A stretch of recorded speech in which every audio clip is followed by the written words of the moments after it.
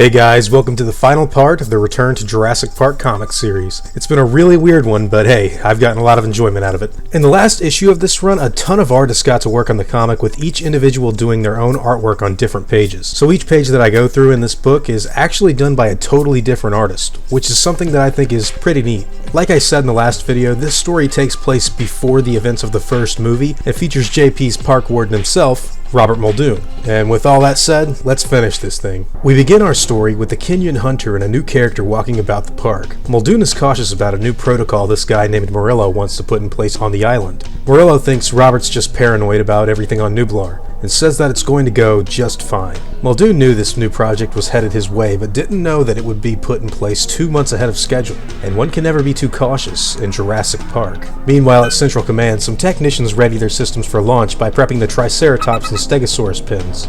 Immediately, Murillo's design rounds up these dinosaurs and sends them to where the men want them to go. A thin mesh in the ground that's explained to put out a mild electrical jolt, forcing them to only move where shocks would be avoidable, proving to be a really good way at herding the animals to any location they want. Some park workers rally around the fences and radio into headquarters, giving the good news that the test run has proven a success, until the alarm system for fence failure begins to be heard. A supervisor peers over the shoulder of a technician asking which fences have been affected, but is met with only frightened silence. After boasting on its success in building such a flawless system, Murillo gets the bad news that the Rex is out of containment, along with herds of stegos and trikes, and it looks like the Tyrannosaurus making its way towards the herbivores for lunch. The park employees have no idea how to proceed, and scream for someone to find Nedry. Tossing rocks in the ocean, a very bitter Dennis begins to wonder why he even works at Jurassic Park. He thinks this place wouldn't even exist if it weren't for his expertise, and just wants that cheapskate Hammond to pay him something worth all the hours that he works his ass off for. Feeling unsatisfied with the weather on this day that he'd been able to sneak away, Nedry picks himself up and hears the roar of the Rex in the distance, thinking that the others had decided to fire up the paddocks without him. But back in the park, a very different event happens to be playing out, one that hasn't been seen for millions of years. Muldoon knew trouble was always possible in this hellhole no matter who was in charge, and figures that the electric shocks may have sent the Rex into a pretty pissed mood. He rides alongside Murillo on their way back to handle the situation, before a herd of stegosaurs darts out of the jungle and collides with the jeep they're using. Back on the beach, an agitated Nedry decides to walk back to the park, totally upset with his placement here, and wanting nothing more than a huge pay raise that would make this job worth going to, when suddenly the man notices a rustling sound ahead of him. Running faster than he ever had in his entire life, Nedry desperately tries to evade these giants that have decided to flock his way. And meanwhile, back at the wreck site, Muldoon confirms Murillo's passing and gets himself back to the road in an effort to do his job. Quickly locating fellow workers, he jumps in the jeep and sets off for the Rex. Luckily, Nedry seems to have survived this brush with death, and after picking himself up, wonders if there could be a lawsuit somewhere in this odd encounter. Back at Control, Beta's team is said to have the trikes under control, with the stegos now moving towards the beach, and it would seem that their day is getting a little bleaker when a familiar helicopter decides to drop by, with its owner interested in seeing how his theme park is running today. Elsewhere, Muldoon has located the stegosaurs and proceeds to trank the beasts. It takes some time, but the dinos finally drop. Feeling lucky this part of the mission went so smoothly, Muldoon hopes that the Rex cooperates just as well, before a sound of trees snapping by his ear is picked up.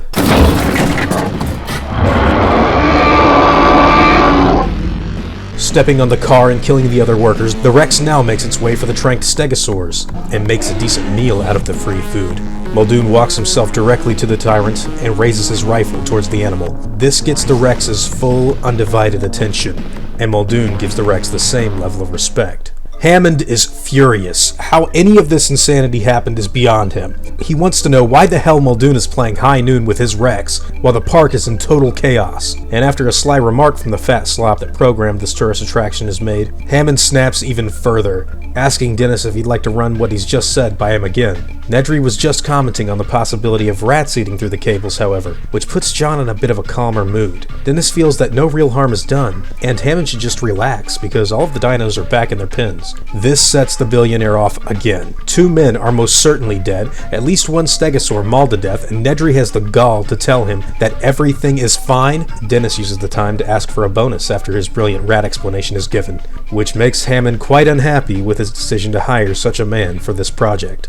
Muldoon looks down on the captured Rex with deep understanding. He knows he was damn lucky to get out of this situation so easily this time, but that's just because old Rexy was out of practice. He won't ever underestimate him during these encounters, but won't ever let him get to his head either. John now walks up to Robert demanding an explanation. A bandaged Muldoon tells the park owner not to start with him after such a rough day. Hammond calms down a bit and says today was a big screw-up, but also lets Robert know that it was a pretty stupid stunt that he pulled with the Rex on the beach. Muldoon only answers this statement with one of his own, saying it could have been a lot worse. John can't believe he's hearing this, and asks how his warden figures that, with the final line being that of Robert Muldoon stating that we could have had those little babies on the loose. Now that was awesome.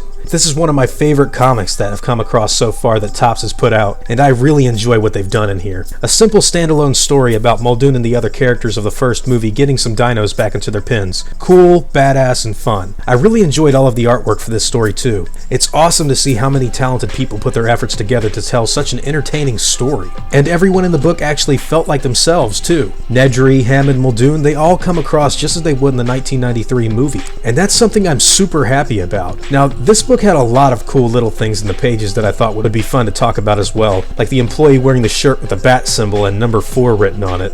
Oh, if they only knew. I'll help you grab your rocks. Stuff like this is always fun, and by the way, another cool thing about these comics is the commercials they have inside of them. Most of these have short Mars Attacks stories that I sometimes thought were part of the Jurassic storyline until I saw the Martians themselves, which would really throw me for a loop. And hot damn, there's a barbed wire ad in here. You a cop? See a badge? Other than that, the end of the book has a Jackie Chan interview, which is cool, I guess. But yeah, that's it. That is the final issue in the Return to Jurassic Park Comic Series. It certainly had its ups and downs, but I really had fun with the story, and hopefully all of you guys did too. Thanks for taking the time to watch this video, guys, and thanks for all the continued support. I really do appreciate it. I'll see you all in the next video, guys, and as always, take it easy.